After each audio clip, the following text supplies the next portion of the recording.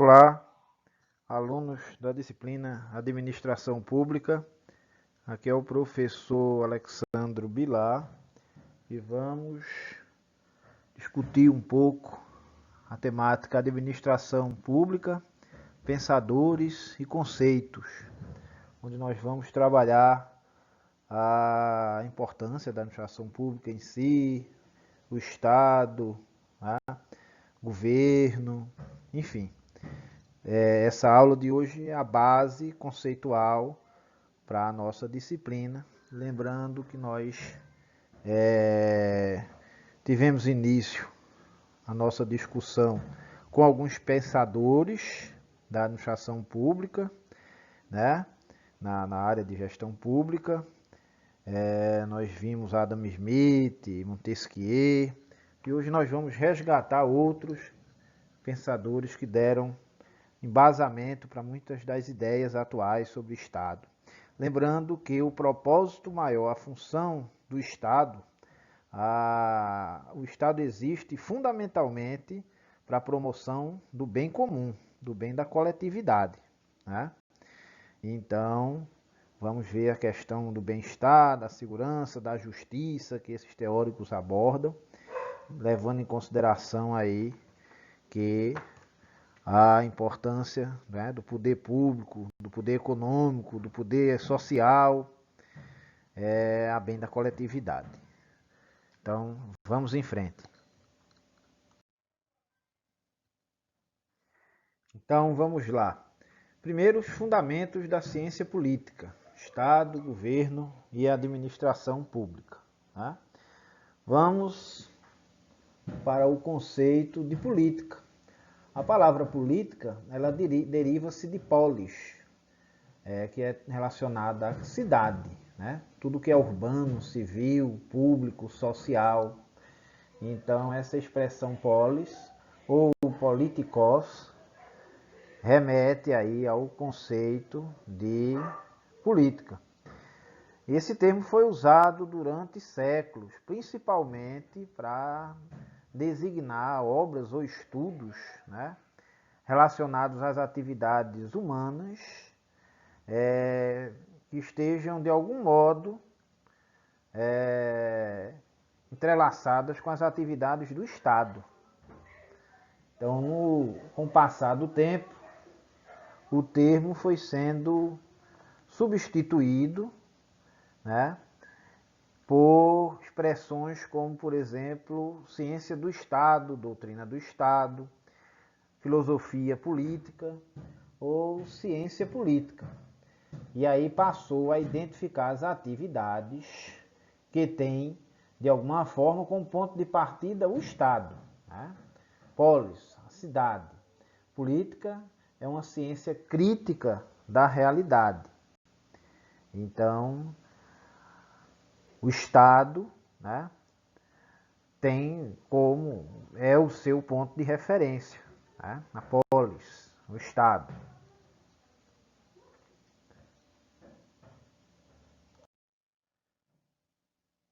Ok, dando continuidade, vamos falar sobre a teoria contemporânea da democracia, né? De acordo com Bobbio, citado por Matias Pereira é o autor, é um dos autores que constam nas referências desta videoaula. Sua obra Curso de Administração Pública, foco nas instituições e ações governamentais, serviu de base. O José Matias Pereira, por sinal, é um autor que vocês encontram muitos textos dele na internet, ele é bastante ativo e eu recomendo. Tá? Não deixem de procurar textos do José Matias Pereira sobre gestão pública, que vocês vão encontrar muitos na internet. Então, a democracia, a teoria contemporânea da democracia, né, confluíram, ou seja, migraram, né, contribuíram para ela a teoria clássica de Aristóteles, que era aquela das três formas de governo, né, o governo do povo, o governo de um só, que era a monarquia, e o governo de poucos, que era a aristocracia, e a teoria medieval, que é de origem romana, onde o poder supremo deriva do príncipe, né? O príncipe seria o representativo aí do povo. o poder supremo deriva do povo e se torna representativo ou deriva do príncipe. E se transmite por delegação do superior para o inferior, né? Esse era o modelo romano aí da teoria medieval de origem romana. Depois teve a teoria moderna com Maquiavel, onde as formas de governo, segundo ele, seriam a monarquia e a república, né? O Maquiavel, por sinal, tem algumas obras importantes, dentre as quais O Príncipe. Certamente vocês devem ter lido algo aí na disciplina de introdução à sociologia ou introdução à filosofia. Uma dessas disciplinas, certamente vocês tiveram contato com Maquiavel e com essa sua obra, O Príncipe. Bem, teoria sobre a origem do Estado. O Estado moderno, de acordo com o autor que nós estamos usando nessa primeira parte, né? Nós estamos nos baseando nele, bebendo na água desse rio de saber, neste começo de apresentação, o Matias Pereira. O Estado moderno é caracterizado pela autonomia, né? Onde ele exercita a sua plena soberania, e por ser uma organização que expressa a sociedade civil, sendo, porém, distinto desta, né? Então, apesar de o Estado ser uma organização que expressa a sociedade, ele é distinto da sociedade. Essa expressão Estado, né, esse termo, foi usado pela primeira vez por Maquiavel, né, na ideia de sociedade organizada, mais autoridade própria, mais regras para permitir a convivência de seus membros. Então vejam a união, né? Essa formulazinha mágica. Sociedade organizada, autoridade própria, mais regras para permitir a convivência de seus membros, se confundiam, na visão do Maquiavel, com o conceito de Estado. A formação do Estado moderno foi um processo de evolução, né? Iniciado há alguns séculos, uns 3 séculos aproximadamente. Primeiro teve a fase inicial com a monarquia, né? Depois veio a fase, né, por conta das revoluções liberais, em especial na Europa, né, na França e na Inglaterra. Você teve aí revoluções importantes, como a Revolução Francesa, né? E aí surgiu a ideia do Estado liberal, seria essa segunda fase do Estado moderno. Depois, no finalzinho ali do século XIX, surgiam aí o fascismo e o comunismo, né, também na Europa, que marcaram a época, né? Depois poderemos trabalhar mais profundamente as ideias de fascismo e comunismo, as quais se relacionaram até com questões de guerras, né? E outras características. E uma quarta fase com o Estado democrático liberal após a crise de 29. A crise de 29, muito famosa, foi um problema mundial, né? A crise, o choque lá da Bolsa, né? A quebra da Bolsa dos Estados Unidos, e ampliou aí a ideia de democracia para toda a sociedade. Então hoje nós usamos muito a palavra democracia, né? E estamos habituados com suas características, mas houve todo um processo de desenvolvimento até chegarmos ao Estado moderno, né? Ao Estado que temos hoje. Iniciou com a monarquia, depois com o Estado liberal, por conta aí das revoluções ocorridas em França e Inglaterra, depois ideias fascistas e comunistas aí no final do século XIX trouxeram influência, e depois da crise de 29, o que nós conhecemos hoje como Estado democrático liberal, né? Com a democracia, né, que se ampliou aí para o conjunto da sociedade. Pelo menos em tese, não é isso? Bem, agora vamos falar de alguns pensadores do Estado moderno, né? O primeiro que a gente cita é o Maquiavel, aí no século XV, né, e XVI, Maquiavel, que expôs como os governantes realmente agem em sua obra O Príncipe, que eu citei no início da nossa conversa.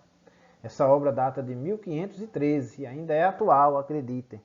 O Príncipe traz aí concepções que podem ser adaptadas, né?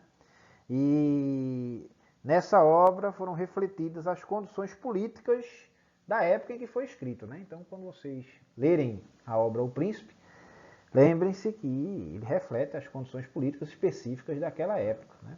O Maquiavel foi o primeiro pensador que separou a política da moral e da religião, né? Isso é um ponto importante.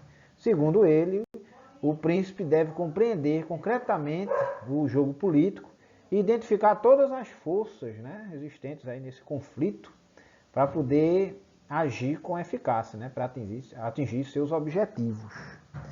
Então, é uma obra fantástica e que eu recomendo, né, para todo estudante de administração ler O Príncipe de Maquiavel. É uma obra que vocês encontram com facilidade e muito citada por muitos textos na internet, tá?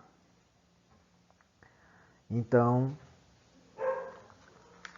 o Maquiavel foi um dos autores que a gente sempre citará quando falando aí das ideias de Estado moderno. E vamos seguindo com os nossos pensadores, né, do Estado moderno.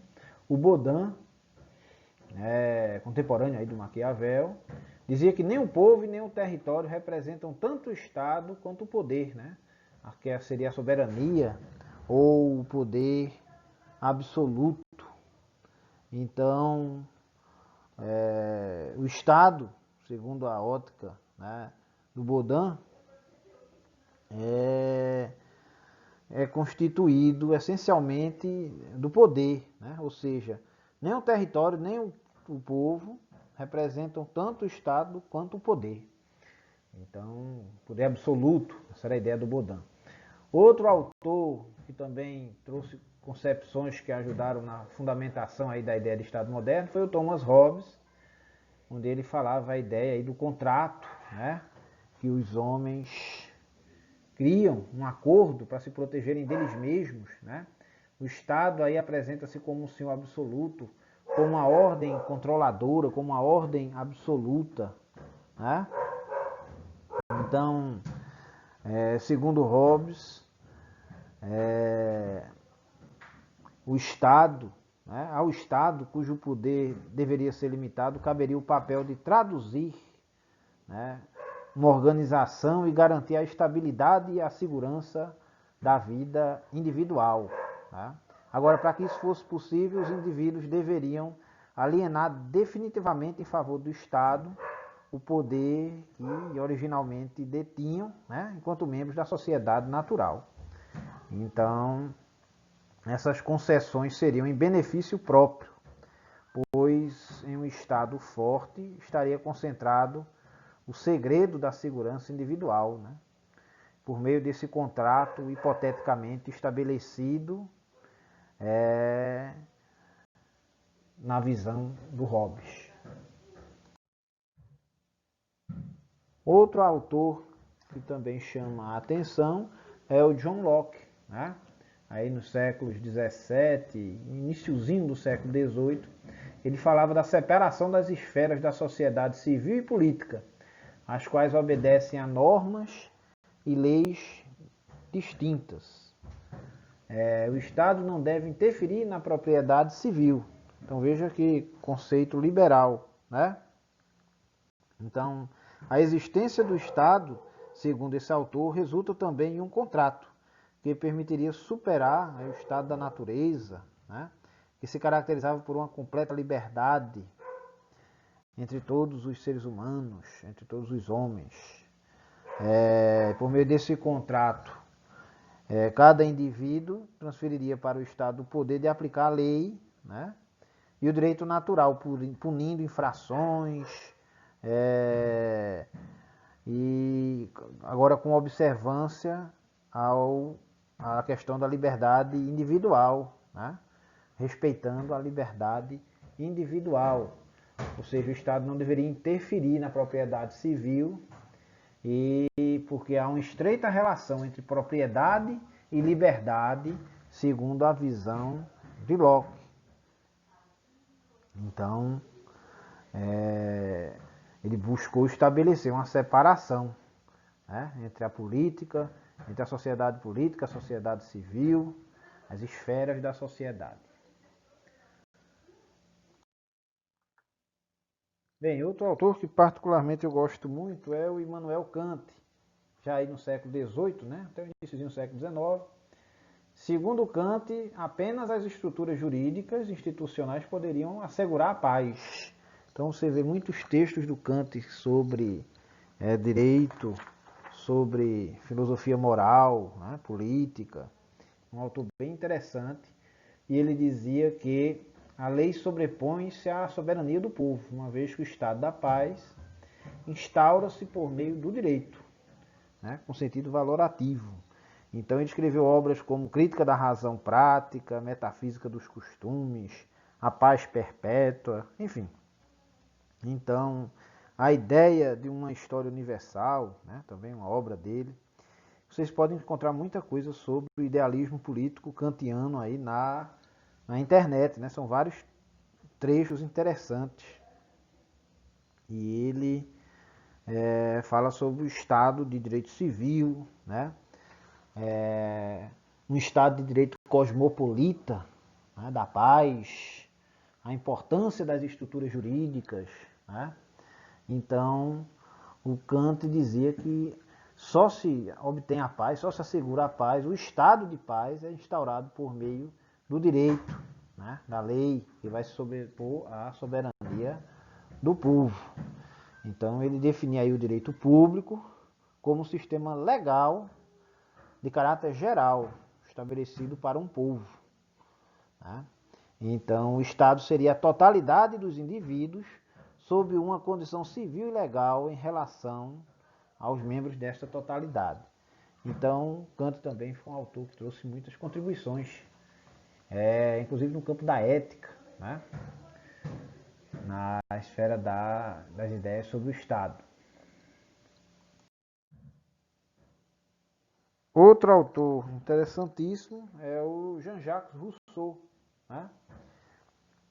O Rousseau, ele é muito famoso por uma obra, né, do contrato social, que dizia lá, tem uma frase clássica, uma expressão clássica de que o homem era naturalmente bom, né?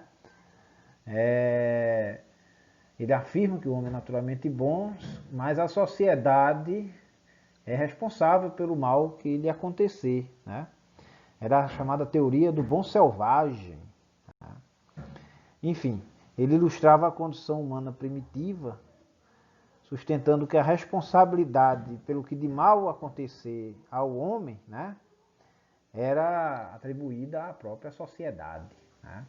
Ele também falava sobre o fundamento da liberdade, dizia que o fundamento da liberdade é a igualdade, sem aquela, esta não poderia existir, né? Sem liberdade não há igualdade, tá?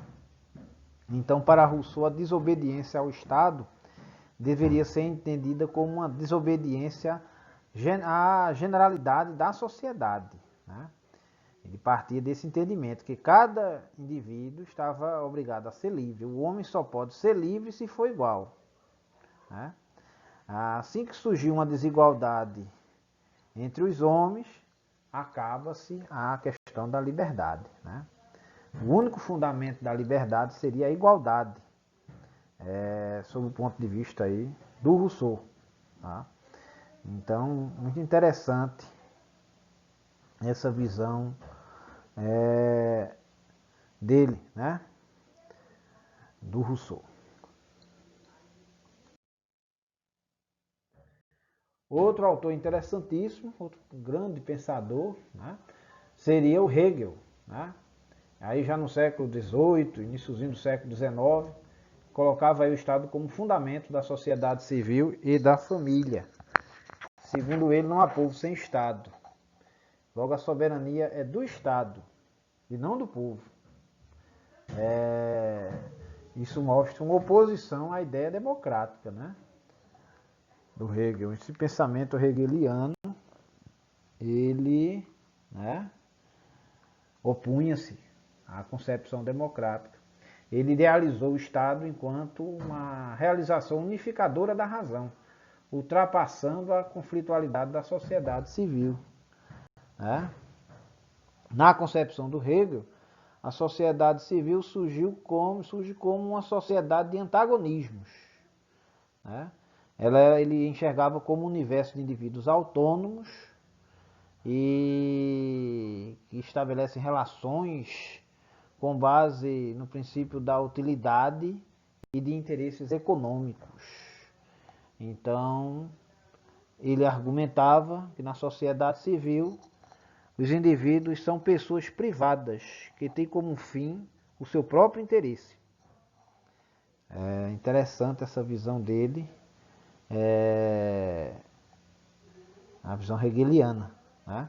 Outro autor que também contribuiu para as ideias sobre o Estado moderno. Bem, um autor bem conhecido, que nós vamos falar agora, que também contribuiu para o Estado moderno, né, com as suas ideias, era o Karl Marx, no século XIX. O marxismo, né, vocês devem ter ouvido muito falar. Ele criticava fortemente o liberalismo, o Estado burguês, né, o modelo marxista é de oposição às ideias liberais.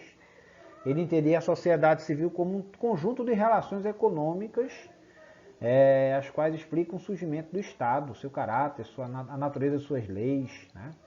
Então ele dizia que era a estrutura econômica que ia determinar o Estado e não o contrário, né?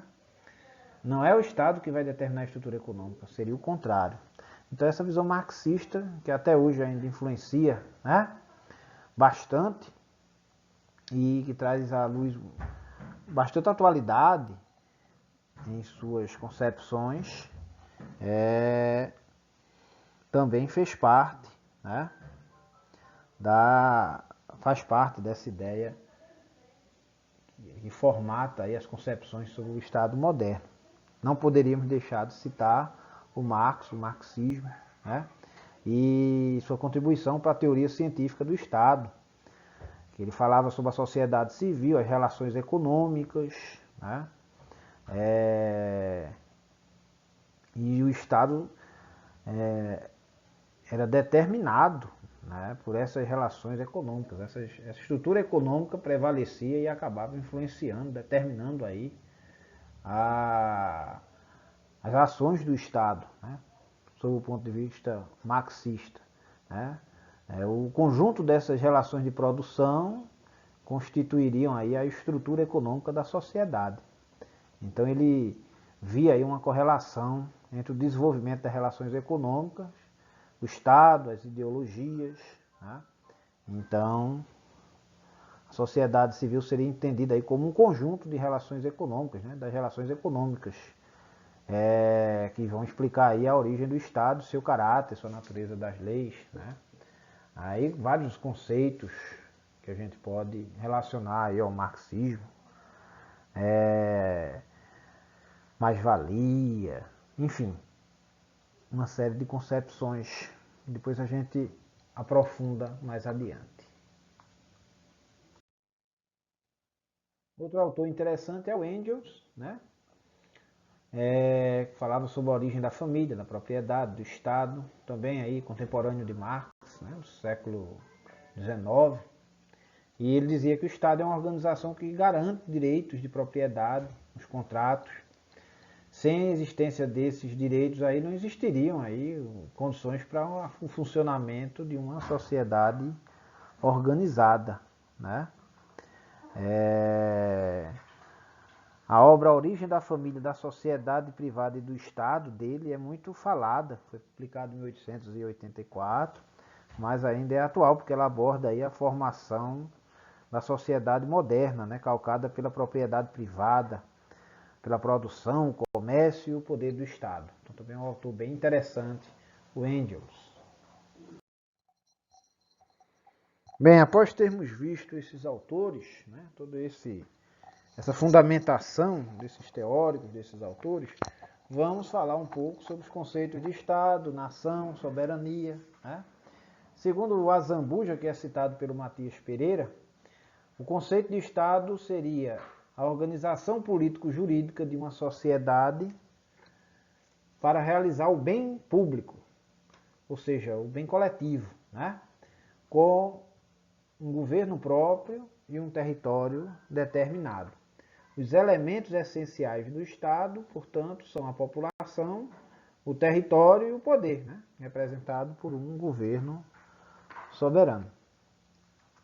É a ideia de Estado, nação e soberania. Né? A nação seria um conjunto de indivíduos que se sentem unidos por uma origem comum, pelos interesses comuns, aspirações comuns, sonhos comuns.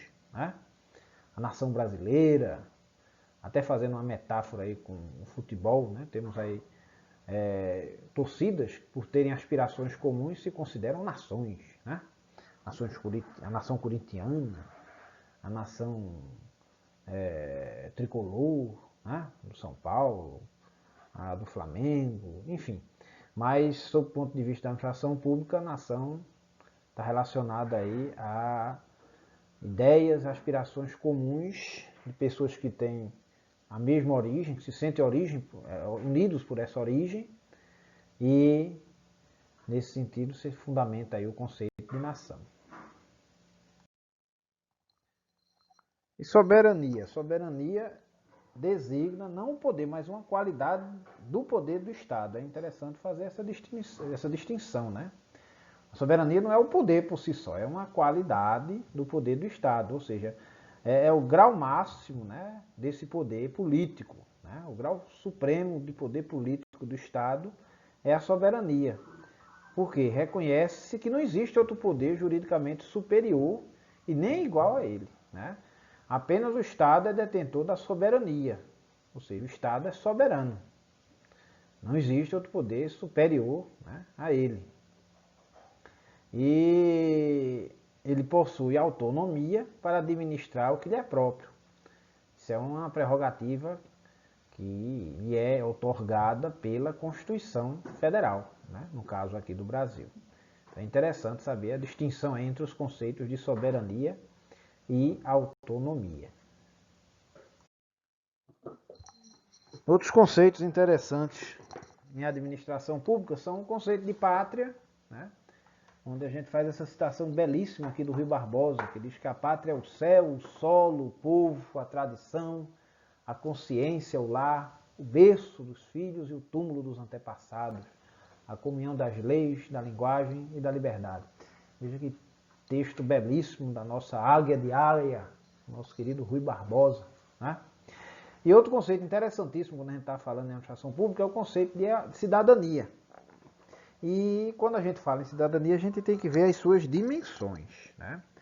A cidadania ela tem 3 dimensões. Tem a cidadania civil, tá? Ou seja, a liberdade do indivíduo de se locomover, de expressar seu pensamento, a liberdade de fé, né? de religião. É a liberdade individual. Isso é a cidadania civil. A cidadania política é o direito de participar politicamente, né? De votar, de ser votado. É outra dimensão da cidadania. Agora, existe uma terceira dimensão da cidadania que precisa ser ressaltada, que é a dimensão social. É o direito ao mínimo de segurança e bem-estar econômico social. Então, não adianta o indivíduo ter a sua liberdade, poder ir e vir, né? Ter cidadania política, poder votar e ser votado, se ele não tem o que comer em casa, se ele não tem um mínimo de segurança para sustentar a sua família. Né? Então, a cidadania ela é plena quando essas 3 dimensões são contempladas.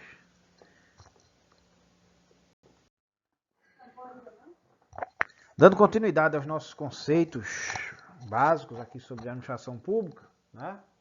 Temos o conceito de ciência política. A gente já falou no início que a ideia de política migrou para a ideia de ciência política. Né?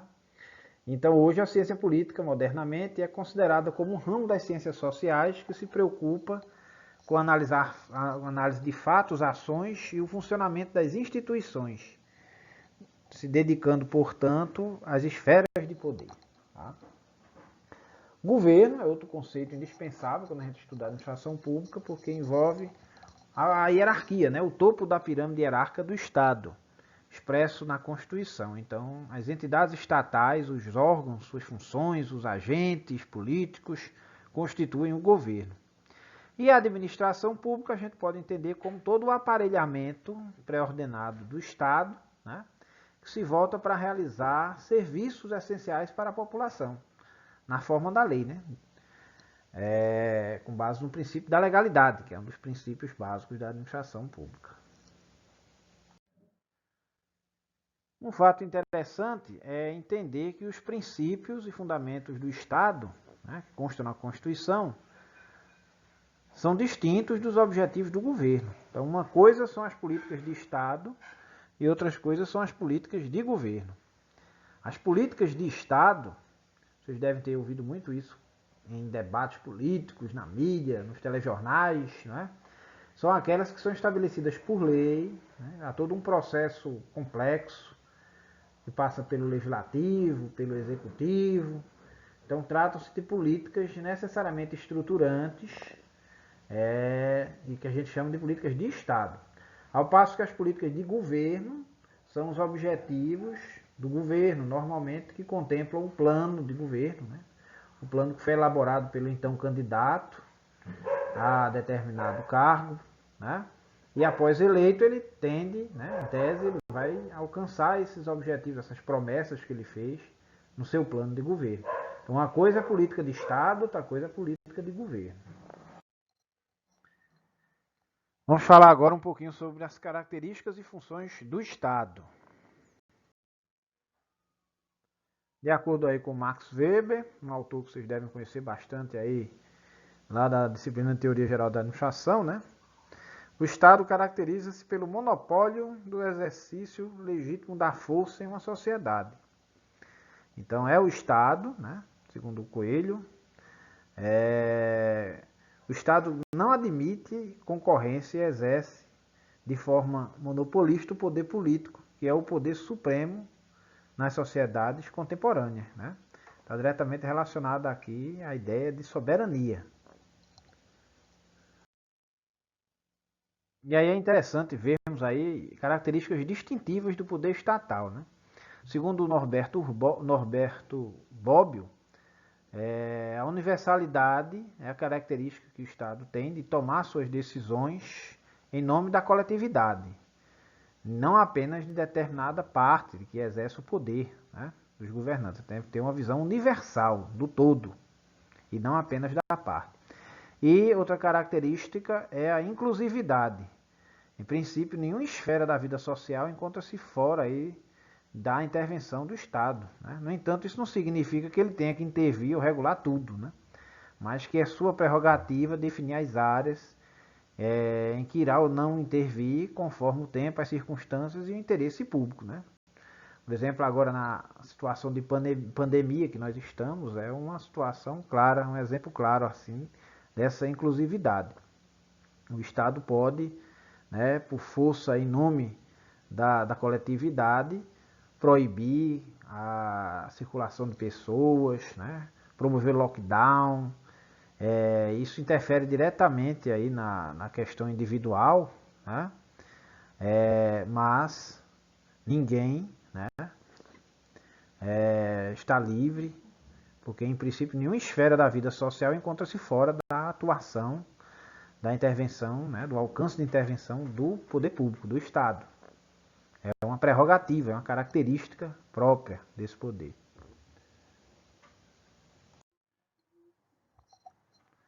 Bom, as três funções do Estado, segundo Montesquieu, que vocês já viram na nossa primeira aula, muitos de vocês falaram bastante sobre Montesquieu, né?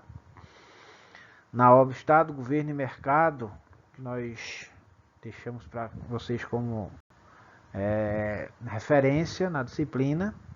Então, o Montesquieu ele é o pai, como vocês já sabem, dessa teoria da separação dos poderes, né? A separação funcional entre os poderes, dividindo-os classicamente entre o poder executivo, o legislativo e o judiciário. Apenas para efeito didático, né? A função legislativa do Estado, que corresponde ao poder legislativo, é produzir as leis, o ordenamento jurídico e tudo o que mais for necessário em termos de legislação e normas à vida em sociedade, né? A função executiva, que é o poder executivo, assegura o cumprimento dessas leis. E a judiciária julga a adequação e inadequação dos atos, né, particulares às leis existentes, né, aos atos derivados dessas leis, né, relacionados a essas leis. Vale salientar que hoje em dia há uma discussão, né, sobre essa existência, sobre, na prática, como esses três poderes, né, aqui no Brasil em especial, essa relação harmônica entre esses três poderes, que não necessariamente é harmônica, muitas vezes é conflitiva, né? Você tem aí muitas discussões sobre a interferência de um poder no outro, né? Através de atos, mas a ideia do Montesquieu, essa separação dos três poderes, era dessa forma aí. E na nossa Constituição tem, claro, que os três poderes existem, né, coexistem de forma harmônica em nosso país, né, no Brasil. Bem, a administração pública, né, como vimos anteriormente, ela compreende todo o aparato, né, a estrutura e os recursos existentes, órgãos, agentes, atividades, serviços, né, à disposição do governo para realizar os objetivos políticos e do objetivo maior e primordial do Estado, que é promover o bem comum, né, o bem da comunidade. Então, basicamente, esse é o conceito de administração pública. E vale salientar que essa ideia de administração pública, ela pode ter um sentido, você pode considerar a administração pública em seu sentido amplo ou em seu sentido restrito. Em seu sentido amplo, a administração pública, ela engloba o governo, né, que toma as decisões políticas, e toda a estrutura administrativa que executa essas decisões, né, executa e administra. Ao passo que, em seu sentido mais restrito, seriam as funções administrativas de execução dos programas de governo, a prestação de serviço e demais atividades a bem da coletividade. Então é interessante ter essa distinção entre o sentido amplo e restrito da administração pública. Em especial aqui no Brasil é interessante a gente fazer aí uma classificação dos órgãos, né? Então o Meirelles, que é um autor muito bom da área de direito administrativo, ele deixa claro aí que essa classificação. Então você tem um conjunto orgânico da administração pública direta e indireta nos três poderes, tá? Então você tem aí os órgãos independentes, que é aqueles que têm origem na Constituição, né? Eles são como se fosse um poder independente, a presidência da República, o Senado, a Câmara, os tribunais, o Congresso Nacional, né? Você tem os órgãos autônomos, que são típicos aí da estrutura administrativa, os ministérios, a Controladoria Geral da União, né, a Advocacia Geral. Você tem os superiores, gabinetes, diretorias, secretarias, coordenadorias, que exercem funções de comando, direção e controle. E os subalternos, que têm a função de atendimento ao público, né, que atuam na execução de atividades fins, né? São subalternos a esses órgãos superiores e a toda a estrutura hierárquica do Estado, né?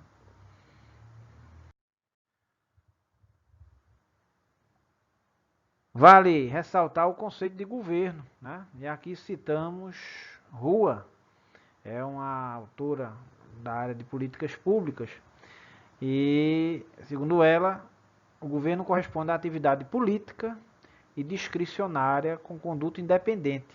Então, quem exerce o governo é um grupo de pessoas que formam o conhecido núcleo decisório do Estado, né?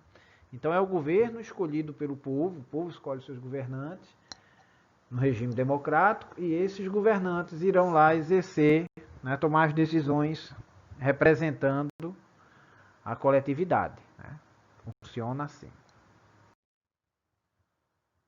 Assim como o conceito de administração pública tem o seu sentido amplo e o seu sentido restrito, o conceito de governo tem as suas dimensões, né? Então, formalmente seriam os poderes, os órgãos, né? O conjunto de poderes e órgãos são o governo, formalmente, né? Na dimensão material, seriam as funções em si, a legislativa, a administrativa, né? Ou executiva e a judiciária. Sob o ponto de vista operacional, a condição política dos objetivos públicos, né? Sob o sentido estrito, agente público, né, que vai exercer o poder. Então, dependendo da dimensão, pode mudar um pouquinho aí o conceito de governo. Bem, dando continuidade, sistemas de governo, né? Existem dois sistemas de governo que a gente pode citar como importantíssimos nessa nossa discussão, que são o presidencialismo e o parlamentarismo. Então, de acordo com o sistema presidencialista, existe uma separação clara entre o executivo e o legislativo durante os seus respectivos mandatos, né, do presidente e dos parlamentares, e nem o presidente tem o poder de dissolver o parlamento, né, convocar novas eleições, e nem o parlamento pode destituir o presidente de seu cargo, exceto numa situação de impeachment. Aqui no nosso país, já tivemos duas situações de impeachment, né, recentes, o presidente Fernando Collor de Mello e mais recentemente da presidenta Dilma Rousseff. Então, o sistema presidencialista é esse que se emoldura aí na presença, na figura de um presidente eleito, né, e com a clara separação entre os poderes executivo e legislativo. Já no regime parlamentar, né, no sistema parlamentar, por sua vez, o governo é exercido pelo primeiro-ministro. É uma figura que é escolhida, né, pelos parlamentares, que lhe dão sustentação, e o seu governo dura enquanto ele tiver essa maioria do parlamento justamente para apoiá-lo. Os parlamentares têm um mandato com duração máxima estipulada, no entanto, é facultado ao governo dissolver o parlamento e convocar novas eleições quando o plenário não for capaz de formar uma maioria para eleger um novo primeiro-ministro e dar sustentação ao seu governo.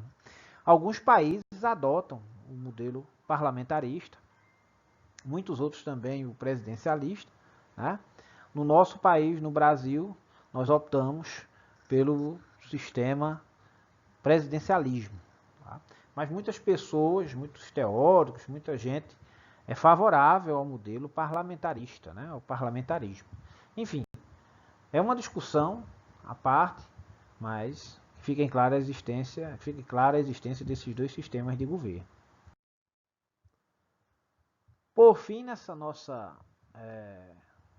conversa sobre os conceitos iniciais, pensadores, funções do Estado, né, não poderíamos deixar de citar o que vem a ser o regime democrático, que é o regime que nós temos hoje aqui no Brasil, né? De acordo com esse regime, os nossos governantes são eleitos, têm seus atos submetidos ao voto, né, ao escrutínio da opinião pública, ou seja, ao voto, né? Nós escolhemos os nossos governantes nos períodos definidos, né? E, como diria o Coelho, democrático ou não, um regime se legitima pelas respostas que dá à sociedade. No nosso caso, nós estamos num Estado democrático de direito e lutamos cada dia mais para a manutenção da democracia. Tá? Bom, pessoal, eu acho que essa nossa curta retrospectiva aí sobre a administração pública e seus conceitos, pensadores, funções do Estado, ela chega agora ao fim, né? E eu indico aí mostra aqui as referências de autores que foram utilizados na construção dessa apresentação. O Coelho, um livro que você já tem à disposição e podem achar na internet, Estado, Governo e Mercado. Assim como vocês também podem encontrar facilmente na internet o livro da Rua, Políticas Públicas, que são livros que são do programa da Universidade Aberta do Brasil, logo são gratuitos e são para cursos de especialização e de graduação em administração pública. Tá?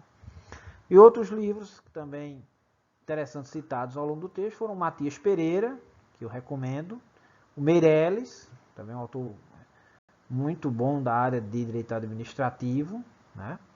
E o Paludo, que é um livro que vem sendo muito utilizado nas ciências sociais, sua obra de administração pública, e que também é muito utilizado para concursos públicos, né?